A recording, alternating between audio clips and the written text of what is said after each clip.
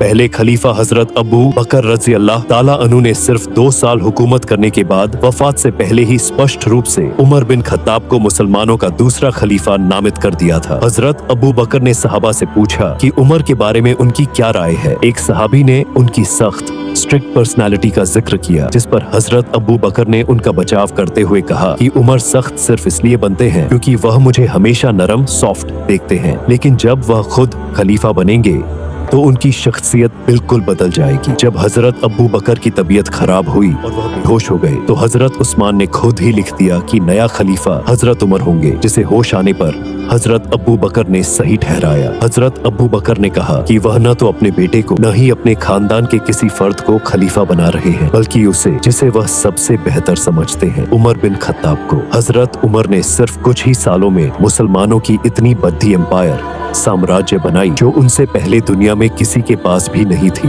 यहाँ तक कि अलेक्जेंडर द ग्रेट और मिस्र के फिरौन के पास भी नहीं। उनके खलीफा बनने के बाद पूरी दुनिया की तारीख हमेशा के लिए बदलने वाली थी। व्यक्तिगत पृष्ठभूमि और कुरैश में स्थान हजरत उमर रजी अल्लाह ताला अन्हु का जन्म मक्का में पैगंबर सल्लल्लाहु अलैहि वसल्लम से 12 साल बाद हुआ था। मक्का में कुरैश कबीले का नियंत्रण था जो कई छोटे कबीलों में बटा हुआ था। हजरत उमर का ताल्लुक कुरैश के 3 सबसे ताकतवर कबीलों बनु हाशिम धार्मिक शक्ति, बनु उमैया आर्थिक शक्ति, बनु मखजूम जंग और हथियारों के लिए मशहूर में से किसी के साथ नहीं था। उनका ताल्लुक कुरैश के एक दूसरे कबीले बनु अदी से था जो कुरैश के एम्बेसडर्स तर्जुमान स्पोक्सपर्सन का कबीला था और आपस की लड़ाइयों को हल किया करता था। उनके वालिद पिता खत्ताब बनु अदी के लीडर थे। व्यक्तित्व और पारिवारिक प्रभाव, बड़े मसलों को बातचीत और डिबेट से आसानी से हल करने की क्षमता उन्हें अपने वालिद के कबीले बनु अदी से मिली। उनका गुस्से वाला और सख्त स्वभाव जो बात बात पर दूसरों का सर काटने के लिए तैयार हो जाता था, उन्हें अपनी वालदा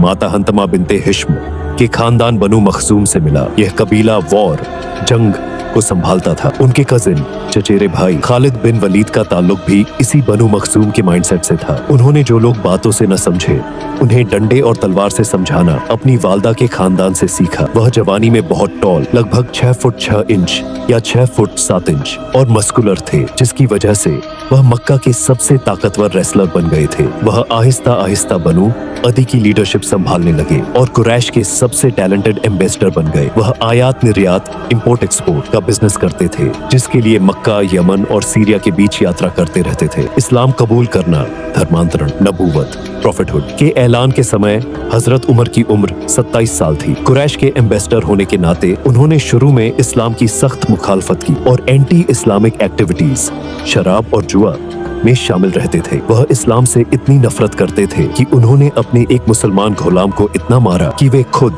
मार मार कर थक गए। नबूवत के 6ठे साल मीटिंग्स में बार बार बैठकर तंग आने के बाद उन्होंने पैगंबर सल्लल्लाहु अलैहि वसल्लम को कत्ल करने का फैसला किया। वह अपनी तलवार लेकर दार अरकम मुसलमानों का हेडक्वार्टर की तरफ रवाना हुए। रास्ते में एक दोस्त ने उन्हें रोककर बताया कि उनकी बहन फातिमा और बहनोई सईद बिन जैद, जो उनके चाचा के बेटे भी थे, मुसलमान हो चुके हैं। घर जाकर उन्होंने सईद बिन जैद को मारना शुरू किया और अपनी बहन फातिमा को भी मारा, जिससे खून बहने लगा। अपनी बहन का खून देखकर उन्हें तरस आया और उन्होंने कुरान पढ़ने को कहा। कुरान पढ़ने के बाद हजरत उमर रजी अल्लाह ताला अन्हु ने इस्लाम कबूल कर लिया। उस समय उनकी उम्र 32 या 33 साल थी। इस्लाम कबूल करने के बाद का प्रभाव, उनके इस्लाम कबूल करने के बाद मुसलमानों की तादाद 50 हो गई थी, 40 मर्द और 10 औरतें। इससे पहले मुसलमान छुपकर इस्लाम कबूल करते थे, लेकिन हजरत उमर ने सीधा अपने मामू अबू जहल के घर जाकर और मक्का के लाउडस्पीकर जमील बिन मामूर को बताकर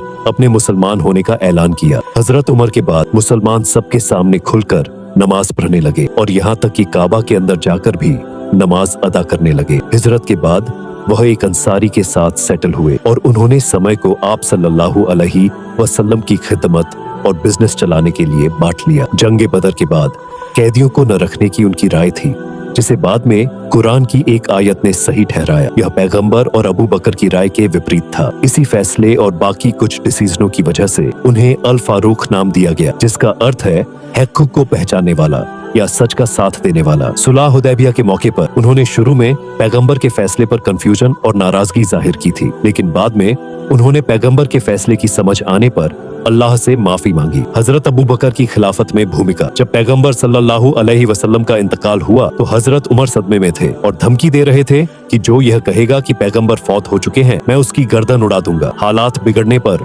उन्होंने सबसे पहले हजरत अबू बकर के हाथ पर बैत निष्ठा की शपथ की, जिससे वह मुसलमानों के पहले खलीफा बने। हजरत अबू बकर की खिलाफत के दौरान हजरत उमर मुसलमानों के एम्पायर में सेकंड इन कमांड वजीर आजम थे। जंग यमामा में कई हाफिज कुरान शहीद होने के बाद सबसे पहले हजरत उमर के जहन में यह ख्याल आया कि कुरान को फौरन एक किताब की शक्ल में संकलित कंपाइल कर लिया जाए। हजरत उमर अपने चचेरे भाई और मुसलमानों के सबसे बड़े जनरल खालिद बिन वलीद की इस आदत को नापसंद करते थे कि वह सारे फैसले खुद ही करते थे। खलीफा बनने पर उन्होंने खालिद बिन वलीद को उनके ओहदे से हटा दिया था। विरासत लेगेसी। हजरत उमर ने खलीफा बनने के बाद न केवल विशाल एम्पायर फतह की, बल्कि उन्होंने फतह किए गए इलाकों पर एक ऐसा सिस्टम बनाया कि आज 1400 साल बाद भी एक छोटे से इलाके को छोड़कर उन सारे इलाकों पर मुसलमानों की हुकूमत है। Subscribe.